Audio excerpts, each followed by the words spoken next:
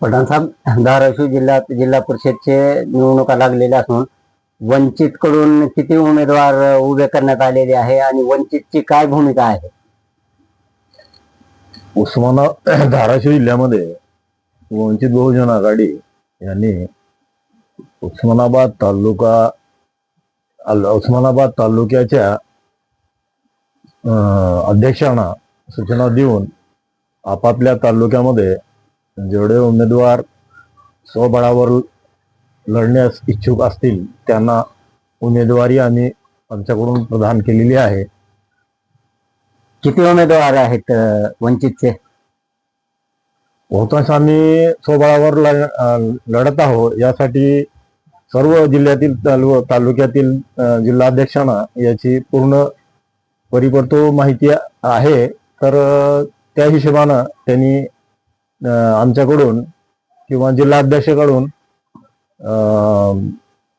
Form घेऊन गेलेले आहेत व त्यांनी उमेदवारी आपली प्रत्येक तालुक्या ठिकाणी दाखल केलेली आहे. वंचित कुठल्या आधारावर मतदारासमोर जात आहे? तुम्ही वंचितने काय काम केले जनतेचे, तुम्ही काय सांगू शकाल?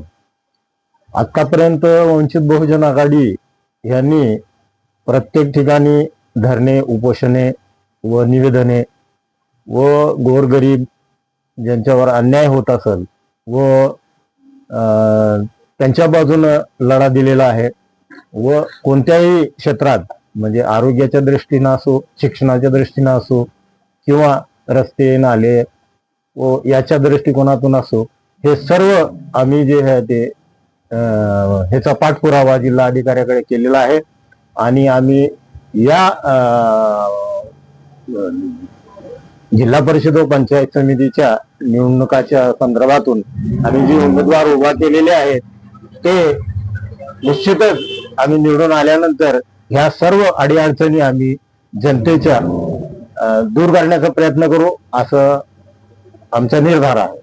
वंचितचे किती उमेदवार जिल्ह्यातून निवडून येतील? आमचे जवळपास 10 ते 15 जिल्हा परिषदेचे उमेदवार निवडून येतील व पंचायत समितीचे कमीत कमी एक 35 तरी आमचे उमेदवार निवडून येतील अशी आम्हाला आशा आहे. जनतेसाठी काय संदेश आहे तुमचा?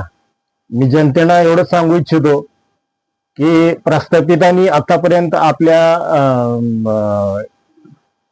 तालुक्यात, आपल्या गावामध्ये व आपल्या शहरामध्ये काय विकास केलाय आणि आतापर्यंत आपण सर्वांनी आपण सर्वांनी पाहिलेलं आहे. परंतु आमचा ध्येय असा आहे की आम्ही खेड्यापाड्यामध्ये व प्रत्येक गावामध्ये शिक्षण क्षेत्रात, रस्ते दुरुस्ती, लाईटीचा प्रश्न आला व इतर शेतीविषयक जी साहित्य वगैरे, शेतीविषयक जी कामं करायची आहेत ते आमचे पंचायत समितीचे आलेले उमेदवार हे शेतकऱ्यांना मदत करतील. व आम्ही सर्व आमच्या पक्षाचा हे धोरण आहे की वंचित लोकांच्या अडीअडचणीला सामोरे जावं आणि त्यांच्या अडीअडचणी दूर कराव्यात, हाच आमचा प्रयत्न राहील. आणि मी सर्वांना या चॅनलच्या माध्यमातून सर्व जिल्ह्यातील मतदारांना एक विनंती करतो की त्यांनी आतापर्यंत प्रस्थापितांना व प्रत्येक पक्षाच्या उमेदवारांना आपण निवडून दिलेला आहे. तर यावेळेस वंचित बहुजन आघाडी या